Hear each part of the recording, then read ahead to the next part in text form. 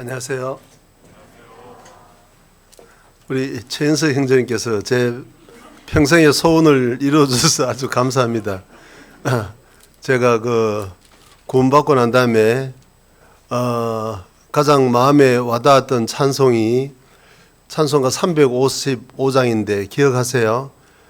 그 가사 중에 이름 없이 빛도 없이 감사하며 섬기라 그러는데 오늘 우리 최 형제님께서 뜻을 이루어서 아주 감사하게 생각하고 있습니다. 네. 15구역이 구역 잘못 그것도 왜 끼워요? 예, 감사합니다. 잠깐 기도드리겠습니다. 거룩하고 자비로우신 살아계신 우리 아버지 하나님, 죄인된 우리 각 사람이 구원을 받고 참으로 영광스럽고 거룩한 무한한 하나님을 나의 진정한 아버지로 부를 수 있는 사람은 상상할 수도 없고 결코 이룰 수도 없는 놀라운 위치로 저희들을 불러주셨습니다. 주님, 이 땅에서의 남은 삶이 참으로 우리의 신분에 걸맞는 합당한 삶을 살기를 간절히 바랍니다. 무엇보다 항상 우리 마음속에 그 주님의 은혜를 일깨워 주셔서 그 은혜를 찬송하고 감격함으로 말미암아 이 세상을 이길 수 있는 힘을 제공해 주시고 또 잃어진 영혼을 건지는 그 거룩한 주님의 일에 귀하게 쓰임을 받는 사람을 낚는 업으로서의 삶을 살 수 있도록 은혜 베풀어 주시옵소서. 22구역 전도 집회가 일주일 뒤로 다가와 있습니다. 이 일을 준비하는 일에도 먼저 간절히 기도하고 또 주님의 심장으로 힘있게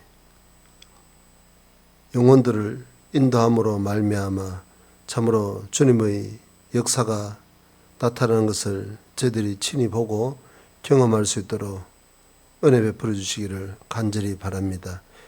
이 일에 한 사람도 구경 꾸르느라 수수방관하는 사람이 없도록 우리 모두 주님 뜻대로 합당하게 사용하여 주시옵소서. 계속되는 대전도 집회에도 참으로 주님이 함께 하시고 도와주셔서 행여 마음속에 풀리지 않는 의문이 있다면 주님의 은혜로 그 문제가 해결될 수 있도록 도와주시고 또 죄악이 충만한 이 고단한 세상을 딛고 이길 수 있는 연약한 무릎을 고쳐 세워주시고 주님의 능력으로 독수리 날개치며 올라감처럼 세상을 이길 수 있는 능력을 주님께서 친히 공급해 주시기를 간절히 바랍니다. 오늘 교제의 시종을 주님께 온전히 부탁드리며 주 예수님 이름으로 감사하며 간절히 기도드렸습니다. 아멘. 찬송가 아니고 성경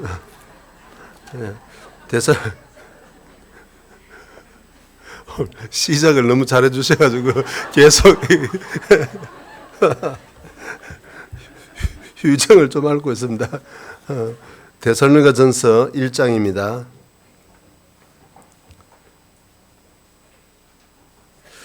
1장 2절 3절입니다. 데살로니가전서 1장 2절로 3절 말씀입니다. 제가 읽겠습니다. 우리가 너희 무리를 인하여 항상 하나님께 감사하고 기도할 때 너희를 말함은 너희의 믿음의 역사와 사랑의 수고와 우리 주 예수 그리스도에 대한 소망의 인내를 우리 하나님 아버지 앞에서 쉬지 않고 기억함이니. 예. 여기 바울 사도가 우리가 너희 무리를 데살로니가 교회를 향해서 무리를 인하여 항상 하나님께 감사한다 그랬습니다. 그 감사라는 단어를 생각을 해보고 기도할 때 너희를 말하면 너희의 믿음의 역사와 감사하고 기도할 때 그냥 막연하게 아무런 별 진중한 의미가 없이 입에 붙은 말로 감사합니다. 그런 것이 아닌 어떤 분명한 내용을 가지고 정말 마음속에 우러나서 감사를 했다는 겁니다. 자, 이제 그리고 여기에 나열된 단어를 보면 감사한다, 기도할 때, 그리고 믿음의 역사, 사랑의 수고, 소망의 인내, 이런 단어들은 하나하나가 너무 비중이 큰 단어입니다. 그렇지 않습니까? 우리가 정말 항상 감사할 수 있다면 그 얼마나 엄청난 일이 아닐 수 없잖아요. 정말 마음속에 항상 주님의 은혜로 인한 감사함이 넘칠 수 있다면 세상에 그보다 더 행복한 사람이 어디 있겠냐고. 그런데 실제로 우리의 삶을 자세히 들여다보면 여러분 사실 감사할 경우가 많습니까? 또는 감사의 꼭 반대인 불평과 불만, 또 뭔가 채워지지 않는 아쉬움이 있고 뭔가 서운함이 있을 때가 많습니까? 제가 일일이 여쭤보지 않겠습니다.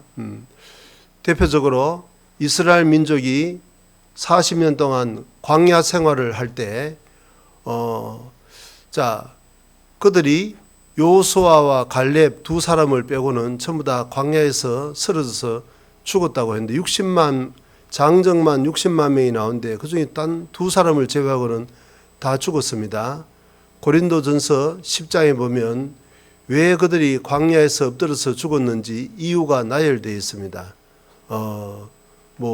우상 숭배를 하다가 간음을 하다가 어떤 그 죄가 나열되어 있는데 성경을 우리가 구약 성경을 조사를 해보면 그 우상 숭배를 하다가 죽은 사람의 수가 그렇게 많지 않습니다. 약 한 3,000명. 간음을 하다 죽은 사람도 수요가 그렇게 많지 않아요. 또 하나의 죄가 뭐였죠? 큰일 났네. 시험하다가 뱀에 물려 죽은 민수기 21장에 나오는 거기에도 수요가 그렇게 많지 않잖아요. 그럼 대부분 죽은 이유는 뭐겠어요? 불평을 하다 죽은 겁니다. 그 광야에서 굶어 죽은 사람은 없는데 대부분의 사람은 불평을 하다가 죽은 거예요. 그러면 우리가 생각해 보면 그들은 400년 동안 종살이한 데서 건짐을 받았고 홍해에 전부 수장이 되어야만 됐는데 하나님이 홍해를 갈라주심으로 그들은 건짐을 받았고 광야에서 그 척박한 환경에서 물 하나 없는데 반석에서 물을 내시고 양식이란 것이 없잖아요. 그런데 하늘에서 만나를 내리시고 낮에는 구름 기둥으로 밤에는 불 기둥으로 늘 은혜로 인도하셨는데 우리는 그런 입장이 된다면 어떻겠습니까? 늘 감사해야 되겠습니까? 불평해야 되겠습니까? 대답을 못 하시네. 응? 자, 머리는 감사인데 마음은 참 그런 환경에서 이제 실제로 유대인들은 대부분 불평을 했다는 거예요. 감사보다는. 이론적으로 논리적으로 생각하면 틀림없이 하나님이 내버려 뒀으면 평생 그 피라미드나 만들다가 정말 하등 아무런 의미 없는 그런 그 시체 묻는 일에만 전념을 하다가 다 죽었을 거 아니에요. 얼마나 고통스럽지 않았겠습니까? 말이 쉬워서 평생을 피라밋을 만드는 그런 죽은 사람의 그 무덤 일에나 동원이 되는 그게 무슨 기쁨이 있고 그 떼약볕에 얼마나 고통스럽고 그 사람의 할 일이겠냐고. 자, 그런 삶을 살 수밖에 없었는데 거기서 그저 건짐을 받았다. 그리고 장자 죽이는 재앙에서 그들은 구원함을 얻었다. 홍해에 빠져서 전부 다 죽어야 마땅히 했는데 하나님이 기적을 일으켜서 홍해를 갈라서 건져주셨다. 그리고 늘 광야에서 안아서 옮겨갔다. 그러면 틀림없이 감사로 충만해야 되는데 실질적으로는 감사보다는 불평을 훨씬 더 했다는 겁니다. 자, 그런 것이 오늘날 우리 각 사람의 실생활을 이렇게 들여다보면 어떻습니까? 실제로 우리도 적어본다면 감사하는 시간이 많았을까? 불평하는 시간이 실제로 많을까? 우리가 각 사람의 신앙생활을 좀 점검해 볼 수 있는 문제잖아요. 자, 그래서 여기 그 한 단어 한 단어가 가지고 있는 비중이 너무 크다는 것을 우리가 쉽게 알 수 있습니다. 정말 항상 하나님께 감사할 수 있다면 세상에 그보다 더 행복한, 그보다 더 성공적인 삶이 어디 있겠냐고. 우리는 마땅히 그러한 삶을 살아야 됨에도 마땅하고 그렇지 못한 부분들이 너무 많다는 겁니다. 그러니까 거듭 늘 말씀드린다면 우리가 이런 시간을 그냥 어떤 사람들이 생각하는 것처럼 예배의 한 순서로 생각하고 그냥 그 시간을 메꾸는 것으로 한다면 아무런 의미가 없다고 생각합니다. 그거는 구원받지 못한 종교인들이 하는 행위인데 문제는 자칫하면 구원을 받은 우리들조차도 주님의 자녀들조차도 이 시간이 그냥 목사님은 의뢰 그 순서에 의해서 설교를 하고 우리는 듣기는 듣는데 이런 생각 저런 생각 오늘따라 왜 이렇게 지루하냐 시간은 어떻게 되냐 그저 옆으로 보고 저 분은 좋냐 안 좋냐 나 혼자 좋냐 그런 거 감상하다가 끝난다면 아무런 별 의미가 없다 그 말입니다. 혹여 그런 분이 계시면 그냥 아주 편안하게 주무셔도 여기 청소도 잘 해놨으니까 이게 자리가 있으니까요. 그래서 좀 하나하나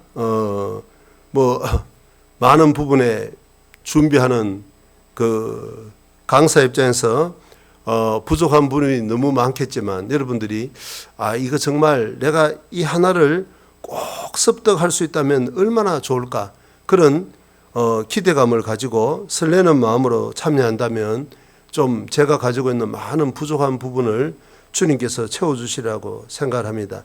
자, 그래서 오늘은 그 감사라든지 믿음, 사랑, 소망 이런 것은 하나하나가 너무 비중이 크기 때문에 우리가 사실 평생을 배워야 되는 주제이고 오늘 간략하게 본문을 중심으로 그 개요에 대해서 좀 중요한 내용의 뼈대 정도만 좀 이렇게 그 개념을 잡는 배우는 그런 시간으로 이어져야 될 것 같습니다.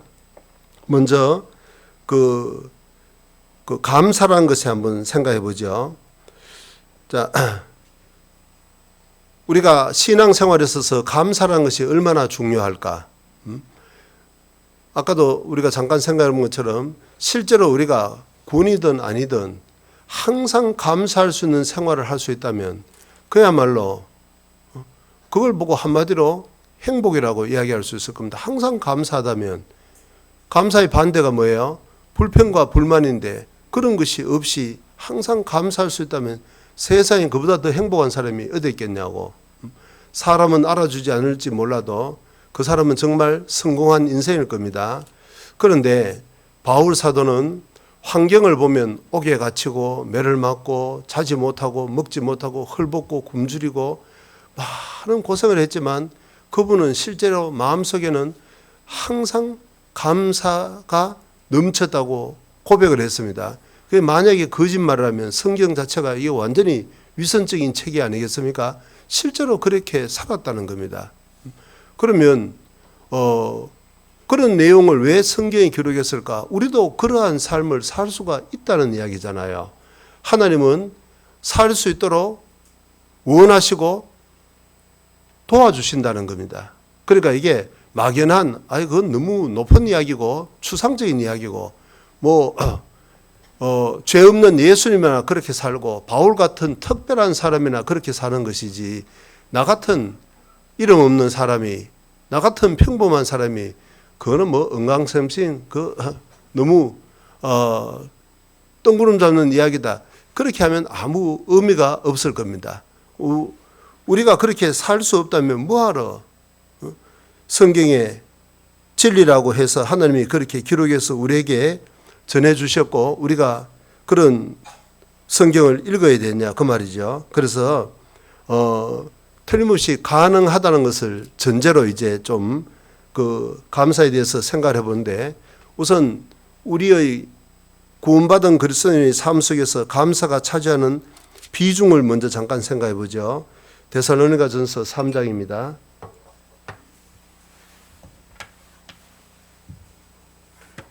3장 9절에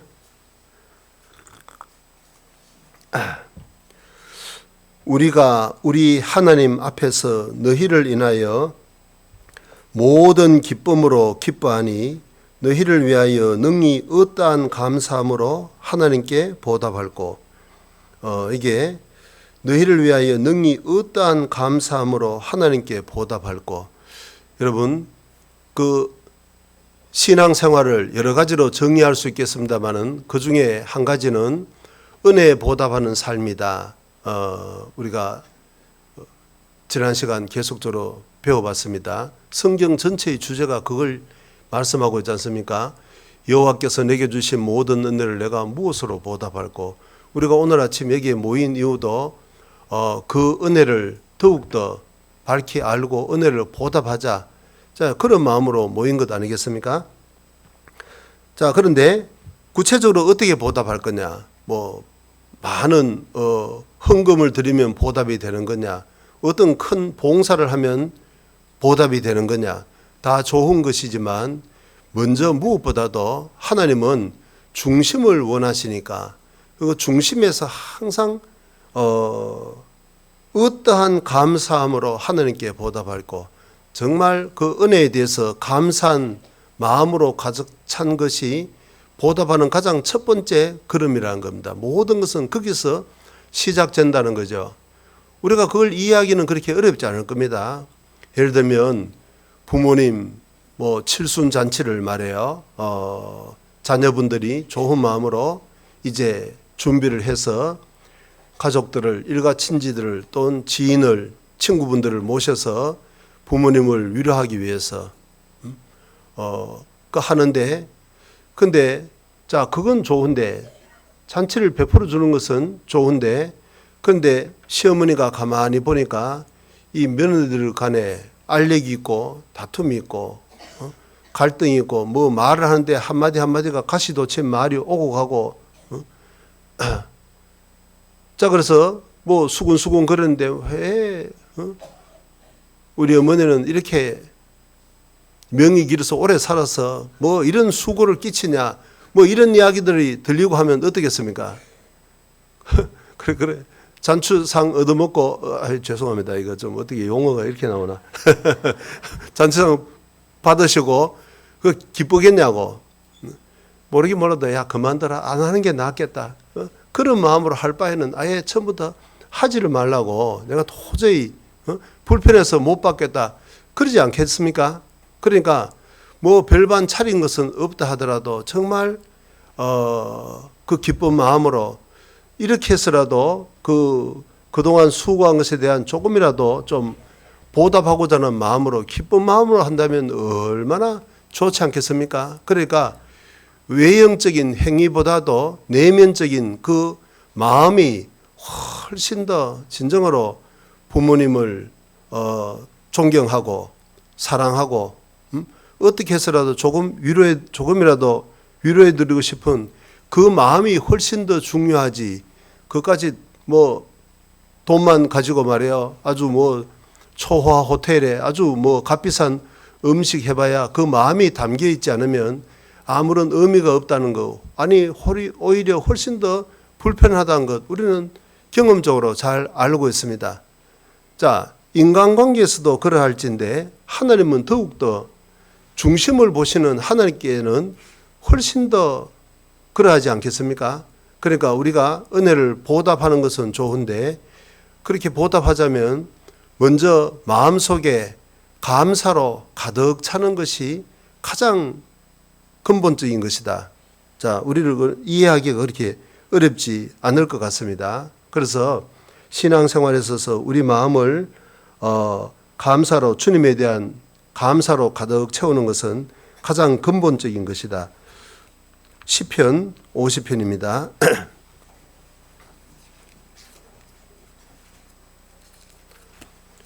시편 50편 23절에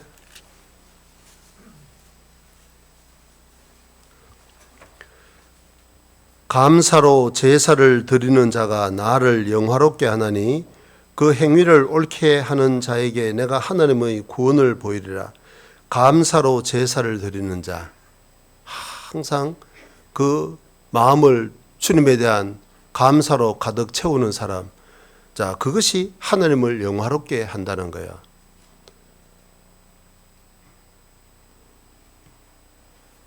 아버지의 이름을 거룩히 여김을 받으시며, 자, 그러한 기도도 어떻습니까? 마음속에 감사가 가득 찰 때 그 기도 제목도 저절로 이루어지겠죠. 자, 시편 69편 또 찾겠습니다. 시편 69편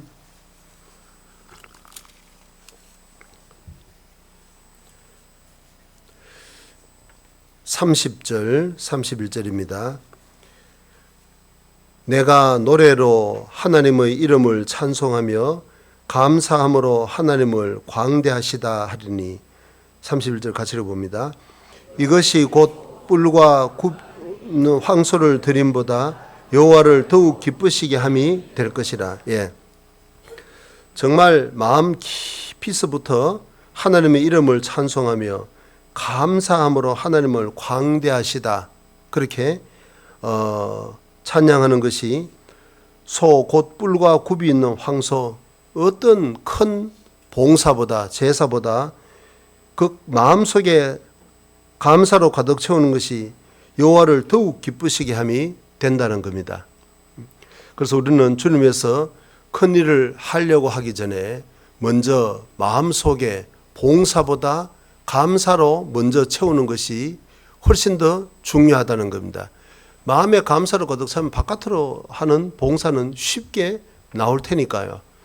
자, 기도할 때도 마찬가지 아니겠습니까? 우리가 기도의 3요소가 뭐예요? 먼저 감사와 찬양이 있고, 그 다음에는 죄에 대한 자백이 반드시 있어야 되고, 그 다음에 간구하는 것이 있겠죠. 뭐 크게 세 가지로 나눠질 텐데 보세요. 성경에 있는 시편에 보면 내가 마음속에 죄악을 품으면 주께서 듣지 아니하시리라 그랬잖아요. 우리가 구원을 받은 이후에도 삶 속에 밀려들어오는 죄, 마음속에 일어나는 죄에 대해서 반드시 자백이 있어야 됩니다. 버려야 됩니다. 죄를 가지고 하나님을 섬길 수는 없는 거잖아요. 하나님을 경외하는 것은 죄를 미워하는 것이다 그렇습니다.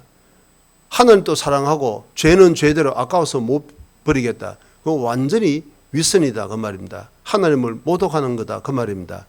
우리가 완전하지는 못하지만 어떻게 하더라도 죄를 버리려고 정말 발버둥 치는 것은 절대적으로 필요하다는 겁니다.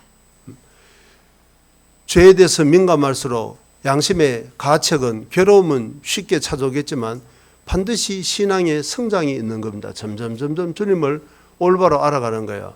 그런데 구원을 받고 이런 죄도 다 용서했기 때문에 이런 식으로 죄를 묵인하면 전혀 한 발자국도 주님 가까이로 가기는 어려운 겁니다. 자, 그래서 이 기도에 있어서 죄에 대한 자백은 정말 필수적으로 중요한데 어때요? 그보다 더 중요한 것이 있다 그 말이에요. 그게 뭐겠습니까? 자백보다 더 중요하고 우선적인 것은 감사입니다. 감사. 예를 들면 순서를 바꾸어서 감사로 내 마음을 가득 채우지 않고 죄에 대해서 자백해야지, 내가 구원을 받았지만 이 죄를 품고서는 이 기도가 상달되지 않는다, 늘 그걸 먼저 우선시해서 기도를 하면 어떻습니까? 그게 율법이 되고 종교가 되어버리는 겁니다. 뭐냐면 내가 혹여 죄를 자백하지 못한 것이 있으면 하나님이 듣지 않으실 텐데, 그럼 이제 나중 되면 침체가 돼버려요. 그럼 이런 기도를 드린들 무슨 소용이 있겠냐? 자, 요즘 말로 그런 자괴감이 와버린 겁니다. 그런데 우리의 하나님은 율법의 하나님이 아니고 은혜의 하나님입니다. 죄에 대한 자백도 중요하지만 그보다 더 우선적인 것은, 더 중요한 것은 마음을 감사로 가득 채우는 겁니다. 주님의 은혜를, 주님이 나에게 주신 은혜를 세어보아라, 헤아려 보라 그러잖아요. 곰곰이 생각해 보면 그 은혜, 어떻게 하다가 나 같은 천한 인간이 구원을 받았을까?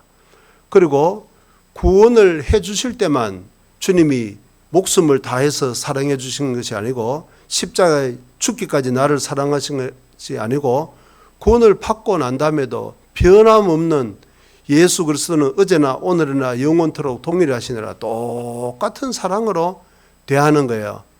우리의 삶이 때때로 모순적이라 할지라도 하나님은 변함없는, 그 죄는 싫어하시지만 죄인인 우리는 항상 그 동일하게 십자가의 사랑으로 사랑을 하시는 겁니다.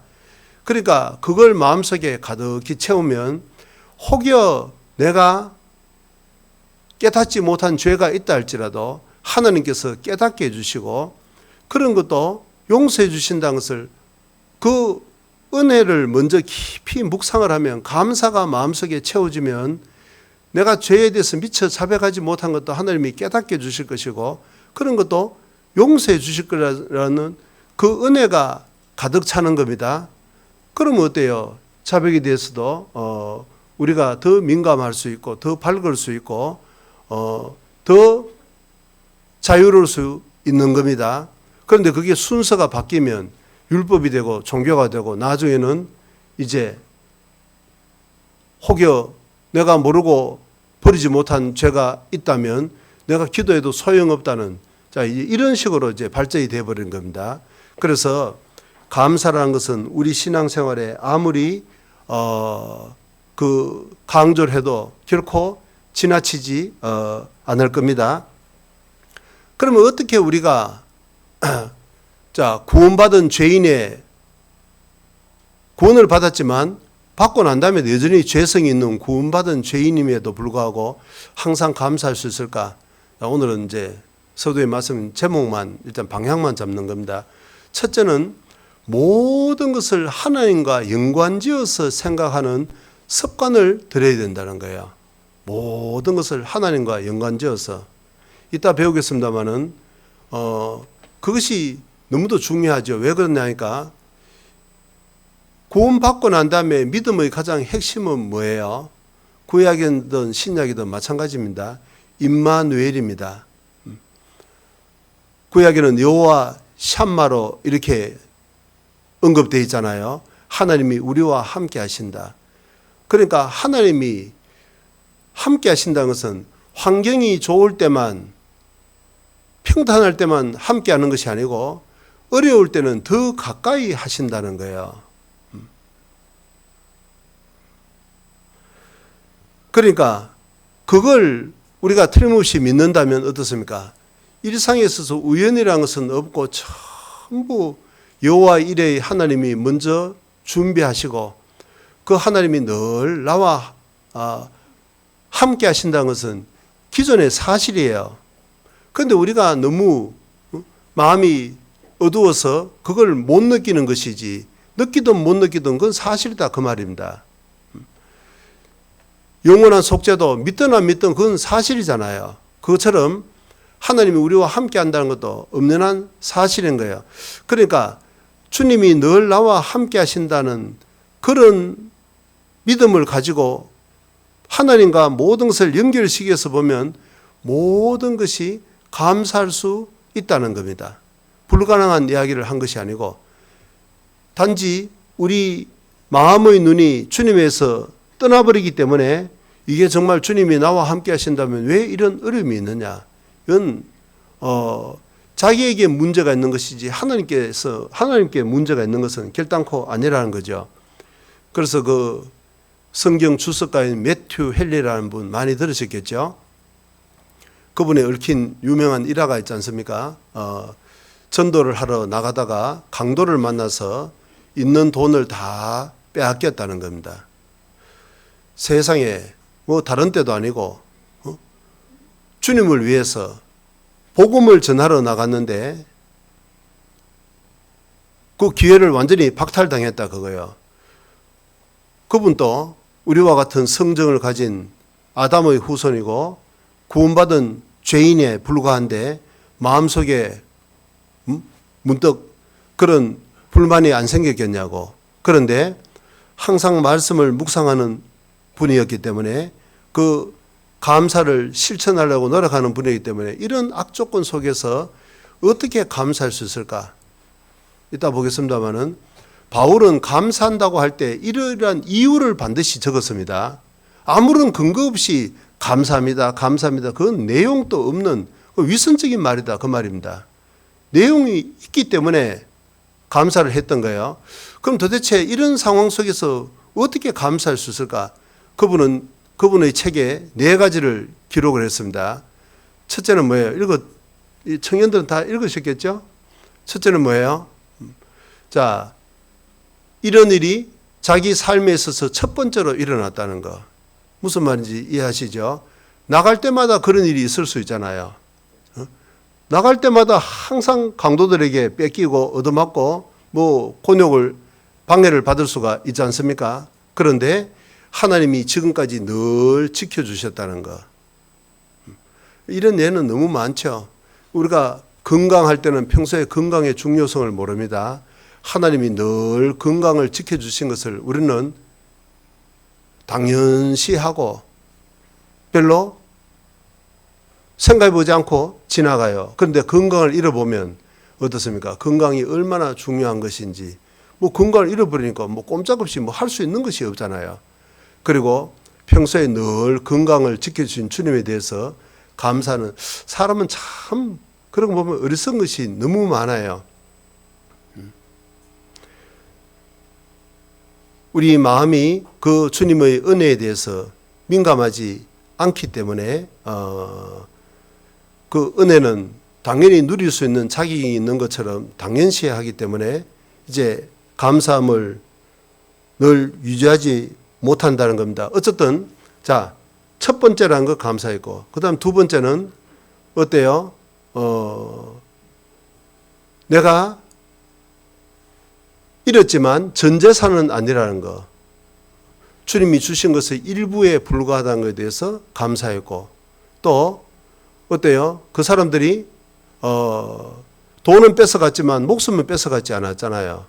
다시 또 전도할 수 있는 기회가 여전히 남아있다는 것에 대해서 감사했고 또 뭘 감사할 수 있겠습니까? 이 마이크. 자, 3가지는 제가 말씀드렸고 나머지 하나 어느 분이 이야기하고 싶은 것은 많은데 마이크가 마음에 안 들어서 못하겠다는지 그런 분이 계실지 모르겠어요. 그분은 뭐냐면 야, 나도 만약에 구원을 받지 않았더라면 내가 저 강도의 대열에 섰을 수 있는데 어떻게 하다 내가 구원을 받았기 때문에 강도에게 줄 수 있는 저 강도가 되지 않고 저 강도에게 줄 수 있는 위치에 있다는 것, 그걸 감사했다는 겁니다. 자, 보세요. 자, 이렇게 똑같은 사안을 놓고도 감사를 염두에 두지 않으면 불평할 조건이 수백 가지가 나오고 감사할 조건을 찾아보면 또한 무진장 나온다는 겁니다. 그래서 이건 뭐 불교 용어로 일체유심조다 그런 걸 이야기가 결단코 아니고 하느님께서 주시는 지혜가 반드시 있다는 거예요. 그래서 모든 것을 주님을 통해서 보면 틀림없이 감사할 조건이 다 있다는 것. 자, 그래서 우리 감사를 보는, 은혜를 보는 마음 눈을 밝히자는 것을 제가 첫 번째 말씀을 드렸던, 자, 그 맥락하고 같다고 생각할 수 있을 겁니다. 자, 그런데 오늘은 특별히 그 감사를 하는데 너희 무리를 인하여, 주로 이 인간관계에 대해서도 많이 기록했잖아요. 자, 데살로니가전서 1장 다시 보죠.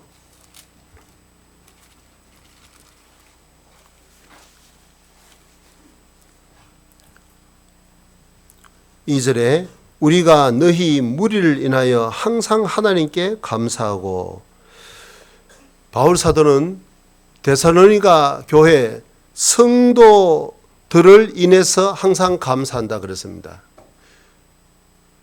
아까 우리가 생각해 본 것처럼 모든 것을 하나님과 연관지어서 생각하면 항상 감사할 수 있다. 그건 좀 이해하기가 좀 쉬울 것 같아요. 그렇지 않습니까? 그런데 인간관계에서도 항상 감사할 수 있을까? 항상 핍박하는 직장 상사에 대해서도, 걸핏하면 뾰족한 소리를 내뱉는 이웃집 여성에 대해서도, 속썩이는 자녀에 대해서도, 늘 핍박하는 저 원수 같은 우리 남편에 대해서도, 인간관계에 대해서도 항상 감사할 수 있을까? 자, 이건 참 큰 숙제인 것 같습니다. 그런데 뭐 이 시간이 너무 많이 지나가니까 중요한 부분만 좀 말씀을 드리자면, 바울 사도가 인간관계에 대해서도 항상 감사할 수 있는 이유는 무엇인 거죠? 3절에 있습니다. 항상 하나님께 감사하고 기도할 때 너희를 말하면 너희의 믿음의 역사와 사랑의 수고와 우리 주 예수 그리스도에 대한 소망의 인내를 우리 하나님 아버지 앞에서 쉬지 않고 기억했다 그랬습니다. 그러니까 바울은 사람에 대해서도 항상 감사할 수 있는 하나의 비결이 있었는데, 그건 바로 뭐냐면 그 사람들이 가지고 있는 장점을, 좋은 점을 항상 기억했다는 거예요. 여기만 그런 것이 아닙니다. 로마서, 오늘 본문에는 줄로 놓으시고 로마서 1장을 한번 보죠. 로마서 1장 8절에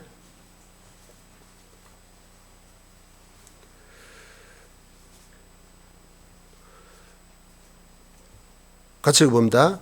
첫째는 내가 예수 그리스도로 말미암아 너희 모든 사람을 인하여 내 하나님께 감사함은 너희 믿음이 온 세상에 전파됨이로다. 자, 너희 모든 사람을 인하여 내 하나님께 감사한다. 왜 감사하느냐? 이유가 반드시 있습니다. 그 이유는 너희 믿음이 온 세상에 전파됨이로다. 그러니까 로마에 있는 교회를 통해서 이 복음이 계속적으로 전파됐기 때문에 그걸 항상 기억을 했다는 겁니다.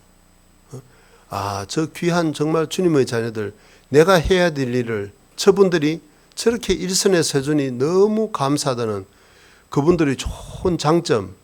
그러면 예를 들면 우리가 고린도 교회를 한번 생각해 봅니다. 그건 어때요?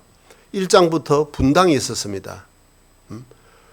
그 뒤에는 도덕적인 죄도 있고 뭐 하여튼 여러 가지 문제투성이의 교회였습니다.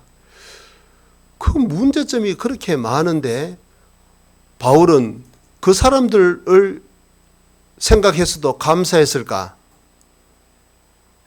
어떨 것 같습니까? 고린도전서 1장을 한번 보죠. 고린도전서 1장 4절입니다. 그리스도 예수 안에서 너희에게 주신 하나님의 은혜를 인하여 내가 너희를 위하여 항상 하나님께 감사하노니.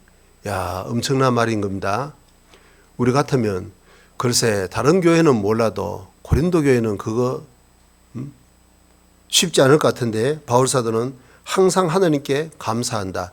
이 입에 붙은 말이 절대로 아닌 것이 뒤에 이유가 나옵니다. 이는, 그 이유는 너희가, 그 말씀 많은 고린도 교인들이지만 그의 안에서 모든 일 곧 모든 구변과 모든 지식의 풍족함으로 그리스도의 증거가 너희 중에 경곡해 되어 너희가 모든 은사에 부족함이 없이 우리 주 예수 그리스도의 나타내심을 기다림이라.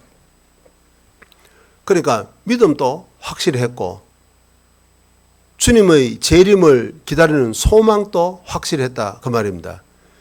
조금 부족한 부분은 뭐예요? 사랑이라는 것이 부족한 것은 틀림없는 사실이지만 그런 확실한 믿음이 있고 분명한 소망이 있다면 그런 부분을 충분히 채울 수 있다. 자, 그런 확신이 있었기 때문에 감사한다 그렇게 표현했습니다. 그렇지 않습니까? 하여튼 분명히 보면 공통점은 다 찾지 않겠습니다. 시간이 없으니까.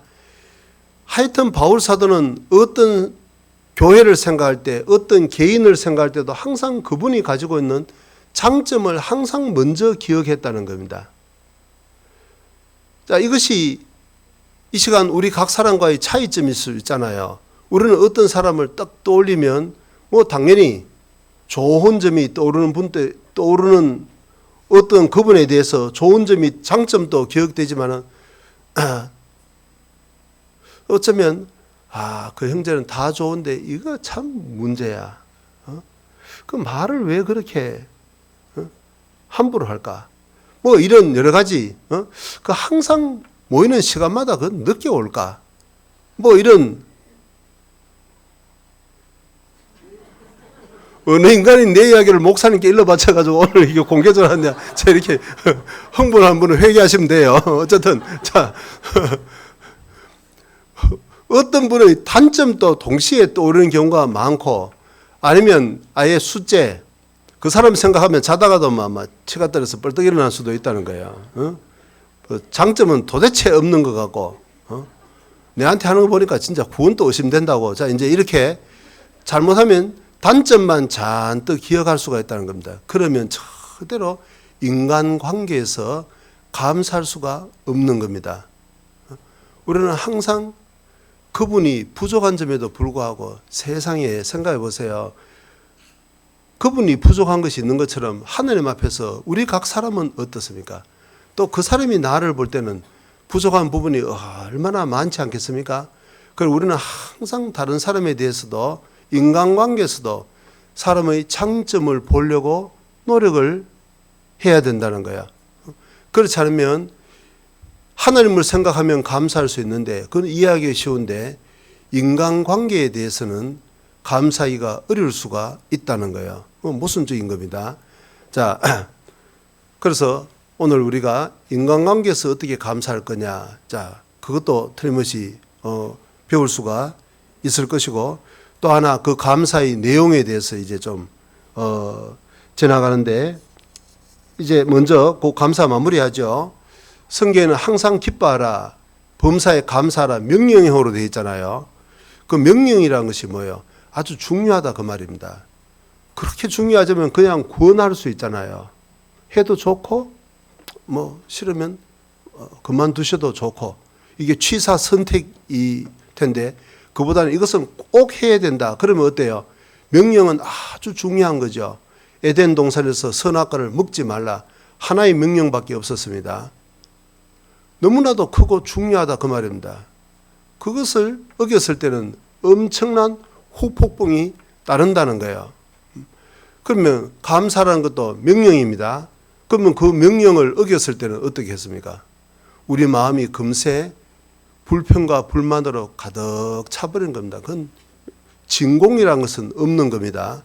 감사가 아니면 불평이 오게끔 돼 있다는 거예요. 우리 삶을 한번 구원받고 난 다음에 신앙생활 한번 되돌아보십시오.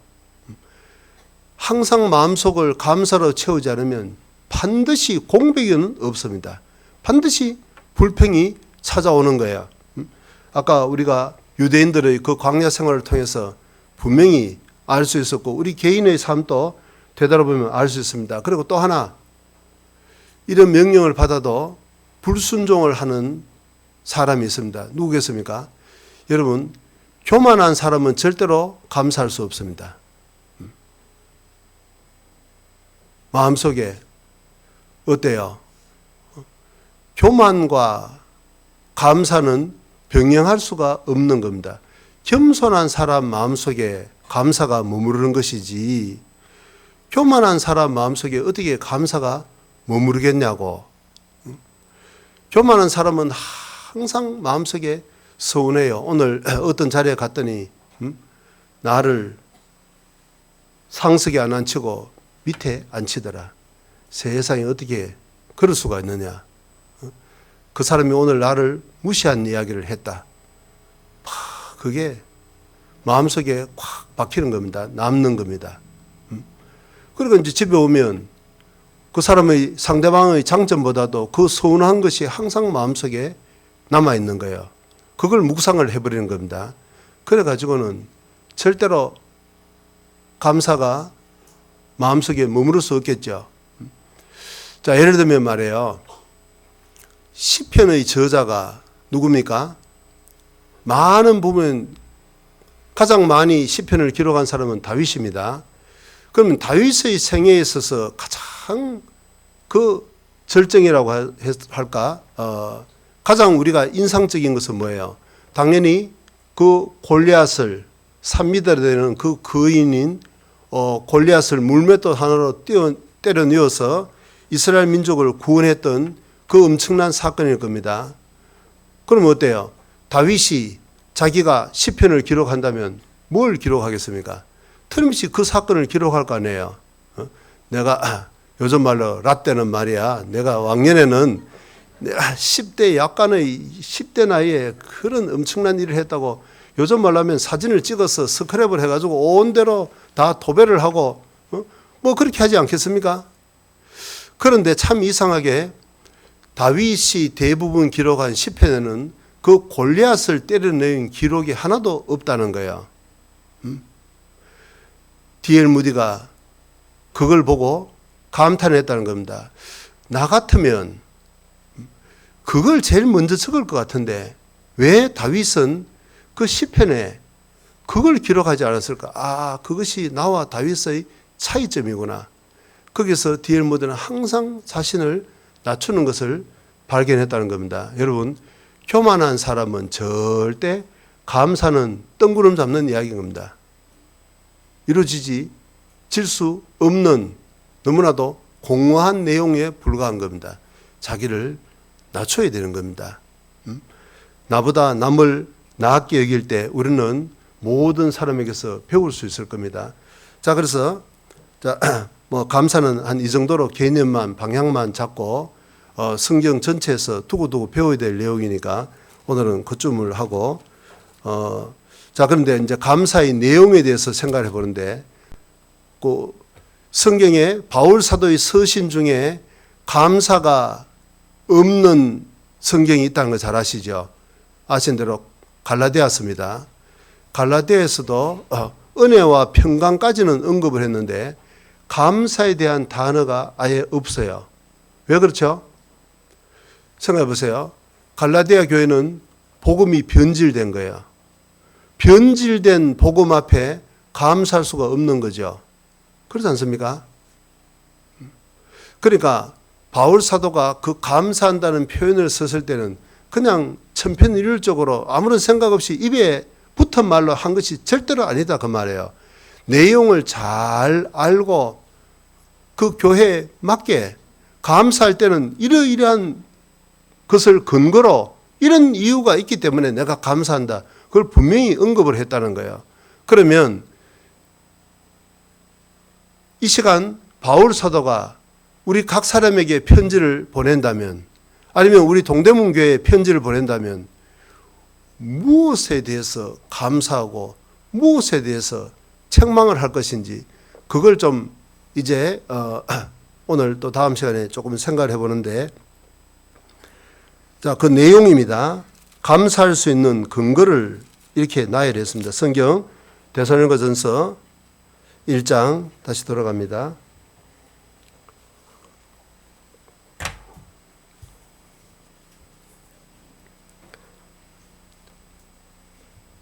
자, 2절에는 하나님께 감사하고 기도할 때 너희를 말함은 이유는 3절입니다.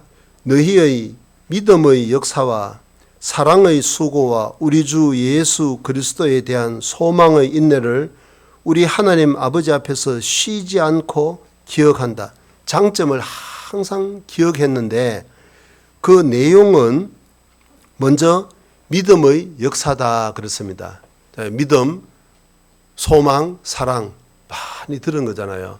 고린도전서 13장에도 믿음, 소망, 사랑은 항상 있을 것인데 그 중에 제일은 사랑이라 우리는 잘 아는 그런 구절입니다. 자, 그 가운데 오늘은 이제 믿음에 대해서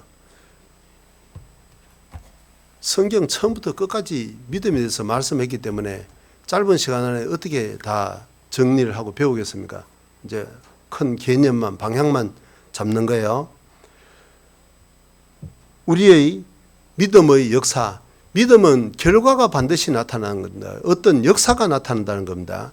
자, 그러면 구원받은 이후에 믿음이라는 것을 우선 내용은 뭘까? 우리가 항상 믿음 그렇게 이야기를 하는데 자, 오직 나의 의는 믿음으로 말미암아 살리라. 믿음으로 구원받고 믿음으로 구원받은 사람은 믿음으로 사는데 그 믿음의 내용이 뭐겠냐 그 말입니다. 믿음으로 말미암지 않는 모든 것은 죄인이라. 자, 그렇게 이야기를 했을 때 그 믿음의 내용은 뭘까? 성경 자체가 정의를 하고 있습니다. 출애굽기 17장입니다.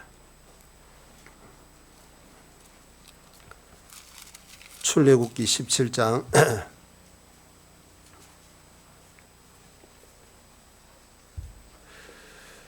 7절에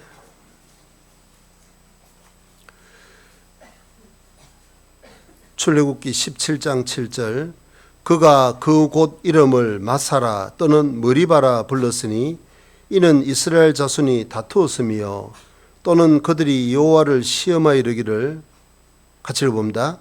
여호와께서 우리 중에 계신가 아닌가 하였음이더라. 유대인들은 광야 생활 가운데 많은 죄를 지었습니다. 아까 생각해 본 것처럼 결국은 우상 숭배를 하고 간음을 하고 시험을 하고 그리고 가장 보편적인 죄는 만연한 죄는 뭐였습니까? 불평을 하다가 다 죽었습니다. 그런 죄를 다른 각도에서 한마디로 요약하자면 뭐예요? 불신입니다. 정말 주님이 나와 함께 한다는 것을 믿었다면 생각해 보세요. 하나님은 인격체잖아요. 하나님은 지식, 모든 것을 아시고 감정이 있고 의지가 있는 겁니다. 인격체입니다. 우리가 어떤 인격체와 함께 있을 때 죄를 짓는 것은 불가능한 거잖아요. 예를 들어서 이야기하기 참 곤란한데 예를 들면 저하고 우리 청년 형제하고 가는데 가다가 슬쩍 남의 물건을 주워온다. 그런 일은 없겠죠. 어떤 사람 앞에서 뭐 간음을 한다. 세상에 그 짐승도 아니고 그럴 수가 있겠냐고. 인격체 앞에서 죄를 짓는 것은 거의 사실 불가능에 가까운 거예요. 그럼 생각해 보세요. 하나님이 나와 늘 함께 하신다는 것을 확실히 믿는다면 그 거룩하신 하나님, 그 영광스러운 하나님, 항상 지켜보고 계신 하나님 앞에서 죄를 지을 수 있을까? 불가능할 겁니다. 성경은 어때요? 믿음으로 말미암지 않는 모든 것은 죄다. 그러면 거기서 죄라고 할 때 그 믿음으로 말미암지 않는 건 뭐 믿음의 내용이 뭐냐 그 말이에요. 나와 함께 하신 하나님. 예수님의 이름이 두 가지잖아요. 하나는 예수고 구원입니다. 죄사함입니다. 그리고 죄사함을 받은 사람에게는 뭐예요? 임마누엘입니다. 그 하나님이 늘 나와 함께 하시는 거예요. 여호와 샴마입니다. 볼지어다 내가 세상 끝날까지 항상 너희와 함께 있으리라. 성령의 모습으로 우리 마음속에 들어오셨고 실제로 늘 함께 하는 겁니다. 그러니까 죄를 지을 때만큼은 사람은 불신자가 되는 거예요. 구원받은 믿음이 없어서가 아니고 나와 함께 하시는 하나님을 믿지 않을 때 너는 범사에 그를 인정하라 그러는데 그 인정을 하지 않으면 사람은 바로 죄에 빠지는 거잖아요. 자, 그래서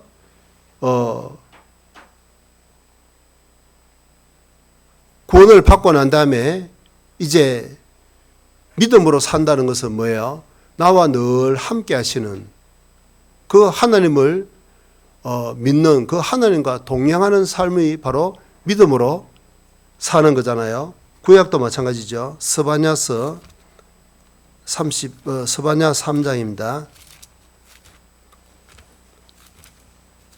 구약 성경 스바냐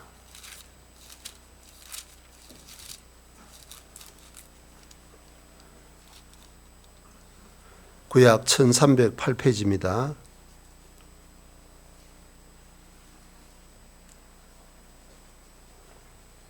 (1308페이지) 그 전후에 있을 겁니다. 예, 3장 17절 너무 유명한 구절이죠. 대부분 암송하라고 생각합니다. 청년에만 암송 한번 해볼까요?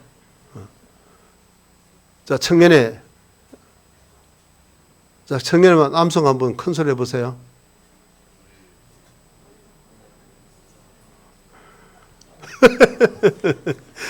이런 식으로 하면 이제 내일부터 안 나온다. 이제 이렇게.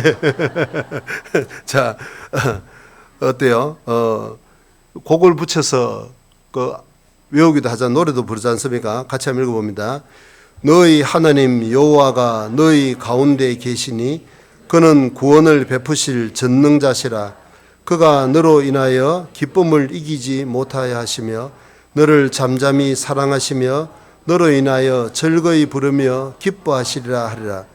예, 너희 하나님 여호와가 너희 가운데 계시니, 우리 가운데, 우리 각 사람 마음속에도 계시고 우리 교제 이 무리 가운데 우리가 모일 때 반드시 여기에 함께하는 겁니다. 단순하게 함께해서 아무 일도 하지 않으시고 묵묵히 지켜만 보시느냐, 예배만 받아 드시느냐, 그게 아니고 고린도 후서 6장에는 내가 저희 가운데 가면 두루 행한다 그렇습니다. 두루 행한다. 요한일서 1장 3절에도 우리의 모임은 아버지와 그 아들 예수 그리스도와 함께함이라 그렇습니다. 우리의 교제 가운데 반드시 계신 겁니다. 그 말씀은 진리입니다. 모든 성경이 진리지만 어때요? 그 말씀도 당연히 진리입니다. 사실입니다. 우리가 그걸 느끼느냐 안 느끼느냐 그런 문제가 아니고 이게 사실이냐 아니냐 이런 문제입니다. 자, 거짓말을 하실 수 없는 하나님께서 틀림없이 약속을 하셨잖아요. 우리 가운데 함께 계시다. 그걸 반드시 믿어야 된다는 거예요. 그걸 믿지 않으면 믿음으로 말미암지 않는 모든 것이 죄다. 금세 구원을 받았지만 죄에 빠질 수 있다는 겁니다. 욥기도 한번 생각해 보세요. 길게 설명할 시간은 잘 없지만 어때요? 그 욥이라는 사람이 정말 의로운 사람이었는데 뜻하지 않게 마귀의 그 관계 때문에 하나님이 마귀가 하나님의 그 명령의 범주 안에서 치라고 허락을 했을 때 모든 재산을 뺏어갖고 자녀들의 10자녀의 생명도 앗아갖고 머리끝부터 발바닥까지 정수리가 문둥병처럼 피부병으로 완전히 잠겼습니다. 부인은 하나님을 저주하고 죽으라고 악담을 퍼부고 떠나버렸습니다. 야, 세상에 그게 나무 일이니까 그냥 그런 일이 있었구나 하지.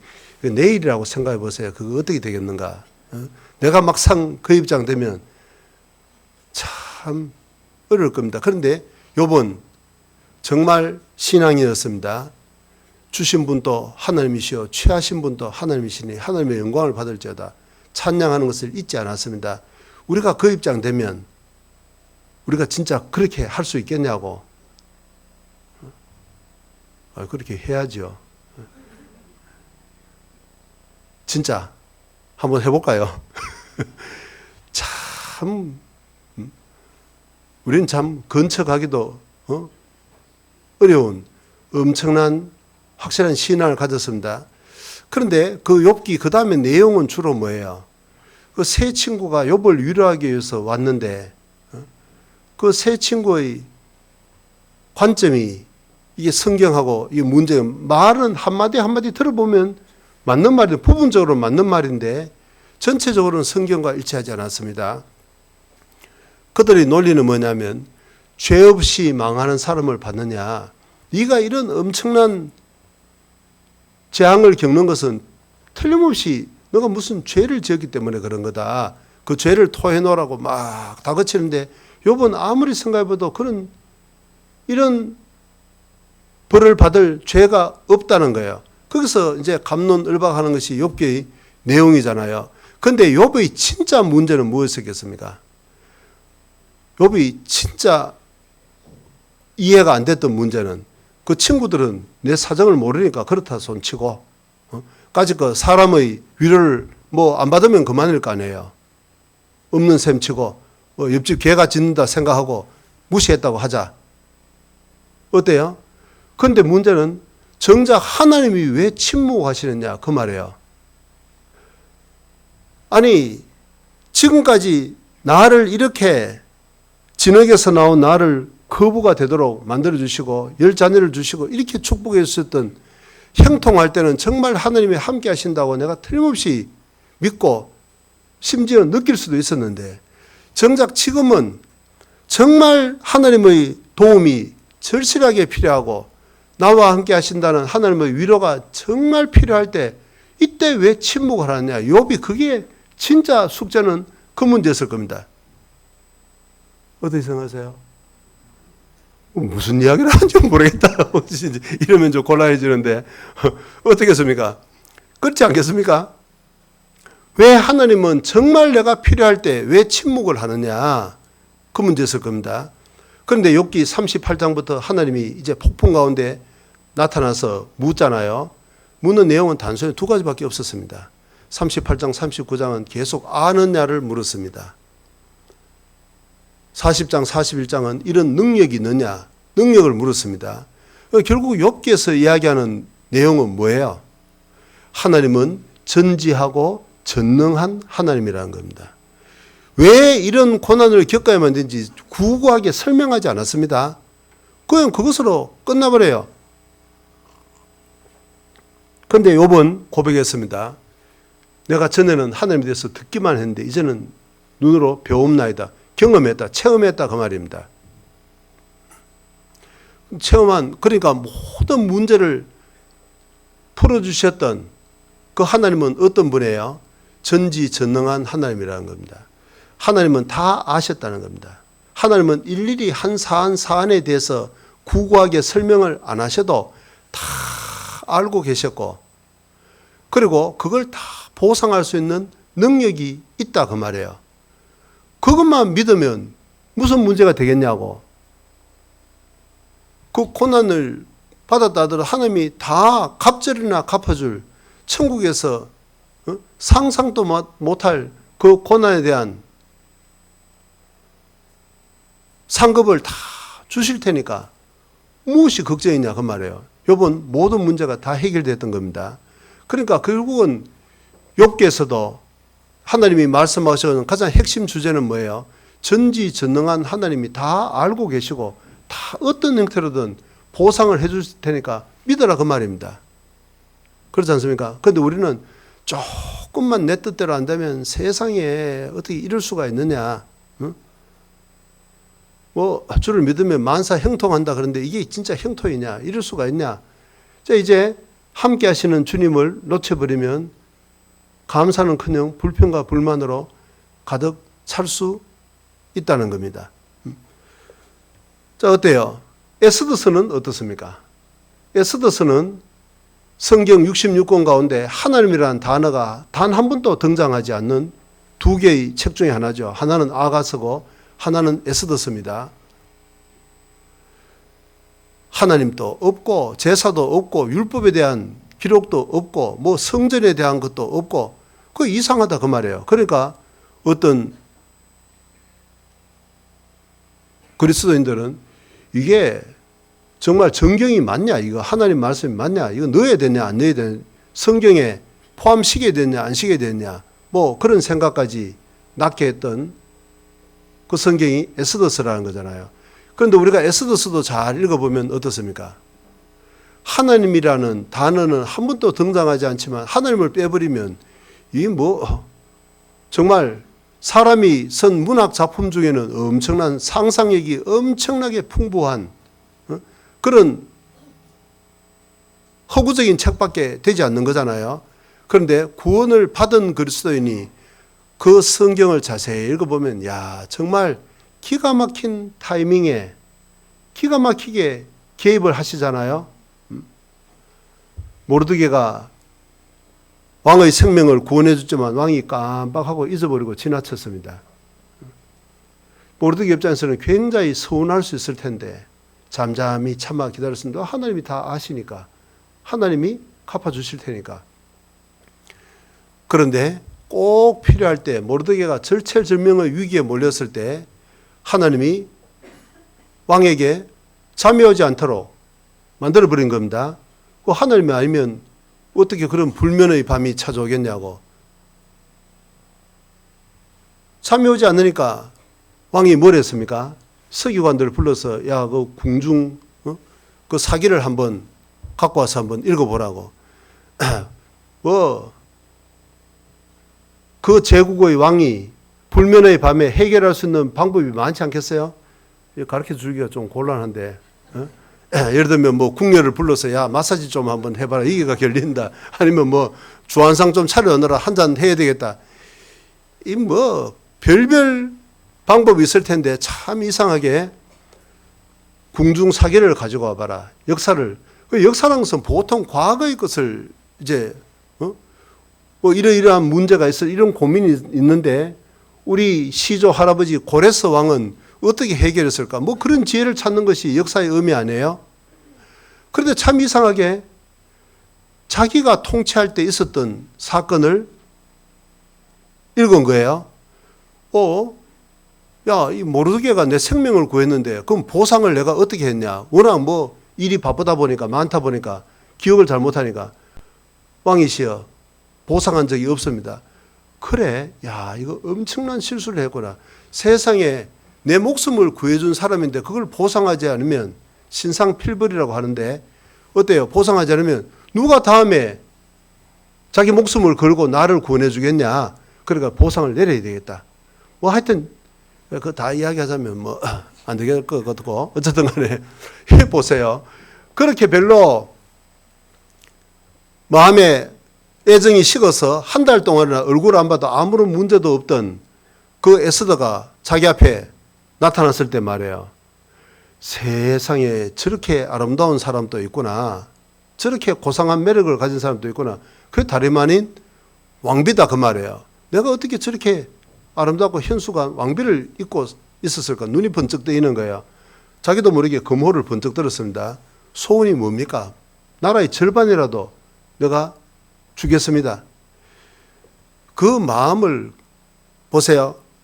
그렇게 사람이 전혀 반대로 생각할 수도 있잖아요. 아니 저 여성이 왜 지금 이때 나타났어? 지금 고민이 심각한데 왜 하필 허락도 없이 뭐하러 나타난 거야? 이 왕이 뭐 괴팍하기가 이거 뭐 정상적인 사람이라고 보기는 좀 어렵잖아요. 세상에 자기 말을 안 들었다고 말이에요. 자기 왕비를 그냥 쫓아내버리는 그런 괴팍한 사람인데 에스더도 그게 두려워가지고 그건 무슨 짓을 할지 모른다 그 말이에요. 그런 전례도 있는데 뭐 고기도 먹어본 사람이 먹는다고 말해요. 한번 쫓아내본 전력이 있는 인간이니까 얼마든지 자기도 법으로 죽일 권세도 있는데 뭐 쫓아내는 것은 뭐 더 간단한 일 알겠어요? 그걸 겁이 나서 못 나갔는데 모르드게의 말을 듣고 죽으면 죽으리다. 자, 함께 하시는 주님을 의지하고 나갔을 때 하나님이 어떻습니까? 왕의 눈에 그 잊혀졌던 그 자기 아내가 그렇게 아름답게 보이고 무슨 소원이라도 들어주겠다는 마음이 일어나고 그건 뭐예요? 전부 하나님이 사람의 마음까지도 다 조절하시고 움직이시고 가장 적절한 시간에 가장 필요한 때에 모든 걸 다 움직이신다는 겁니다. 그게 에스더서의 가장 중요한 내용 아니겠습니까? 거기서도 그 내용을 한마디로 요약하면 뭐죠? 하나님이라는 겁니다. 배후에 하나님은 보이지 않고 하나님의 이름조차 기록하지 않았지만 모든 것은 하나님의 손안에 있고 하나님이 자기 뜻대로 다 조절하고 움직이신다는 겁니다. 절대 주권을 가진 부이다 그 말입니다. 여러분 생각해 보세요. 우리도 정말 그 하나님을 믿는다면 어떻게 되겠습니까? 결과적으로는 반드시 역사가 나타난다는 겁니다. 그런데 그 하나님을 믿지 못하면 우리는 죄 가운데 빠지는 겁니다. 자, 믿음의 역사 어때요? 그러니까 믿음은 크게 두 가지죠. 히브리서 11장 6절에도 하나님께 나아간 자는 반드시 그가 계신 것과 그가 자기를 믿는 자들에게 나아온 자들에게 상 주시는 이심을 믿어야 할지니라. 소망뿐만 아니라 오늘은 임마누엘의 하나님입니다. 과거에는 나를 구원했지만 현재는 나와 함께 하시는 그 주님을 반드시 믿어야 되는 거예요. 그 구원받고 난 다음에 의인은 믿음으로 말미암아 산다는 그 말의 가장 핵심 내용이지 않습니까? 자, 그렇게 함께 하시는 주님을 믿을 때 반드시 역사가 있다는 거예요. 그걸 성경에서 보여주는 가장 분명한 그림이 뭡니까? 자, 이스라엘 민족은 이집트에서 나올 때 홍해가 갈라지는 기적을 경험을 했습니다.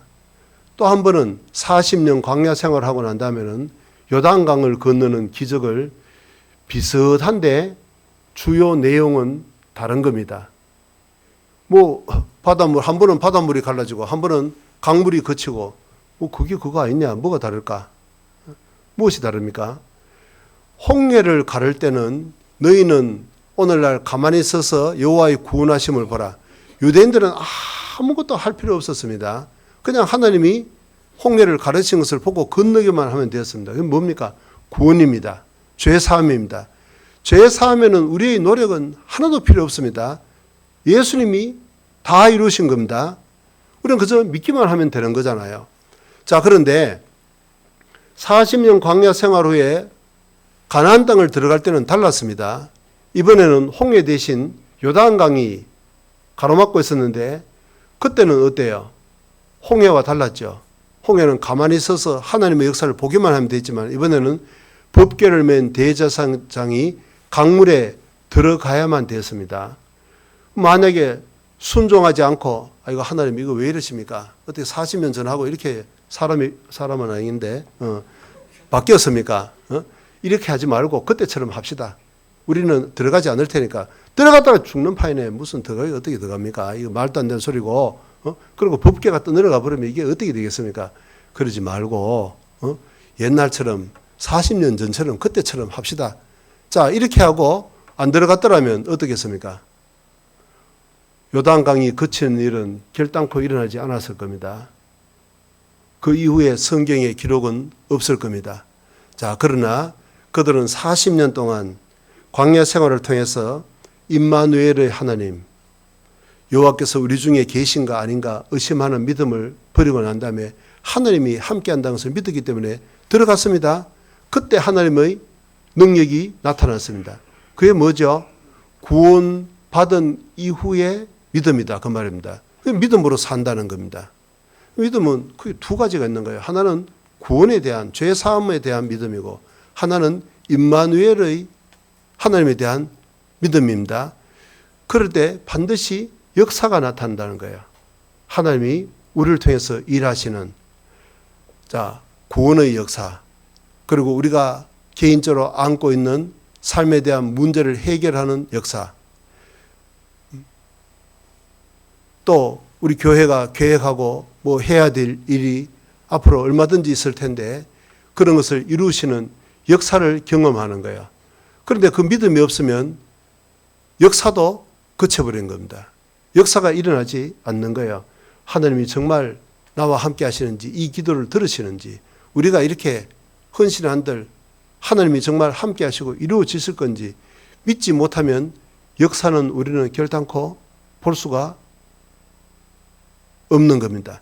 자, 그래서 우리가 믿음은 평생에 배워야 될 과제이지만 오늘은 그런 좀 방향, 개념에 대해서 좀 생각을 해봤습니다. 그래서 우리가 이제 처음 것이기 때문에 뭐 어떤 한 주제를 너무 오랫동안 다루지 말고 앞으로 계속적으로 배울 것을 그런 그 방향을 잡고 큰 것을 먼저 중요한 평생을 배워야 될 것을 먼저 좀 잡아놓고 하나하나 그 내용을 채워가면 좋겠다는 생각이 듭니다. 기도드리겠습니다. 자비로우신 우리 주님 감사를 드립니다. 오늘 말씀을 통하여 나의 신앙생활의 현 주소와 모습을 생각해 보게 됩니다. 나는 정말 이 말씀과 일치하는 삶을 살고 있는 것인지 아니면 말씀과 나의 삶은 조화를 이루지 못하고 별개의 삶을 살고 있는 것인지 깊이 생각해 보게 됩니다. 참으로 주님의 말씀처럼 범사에 감사하는 삶을 살 수 있도록 우리 마음의 눈을 주님께로 고정시키고 형제 자매들을 대할 때 그분들의 장점을 기억하고 늘 생각하는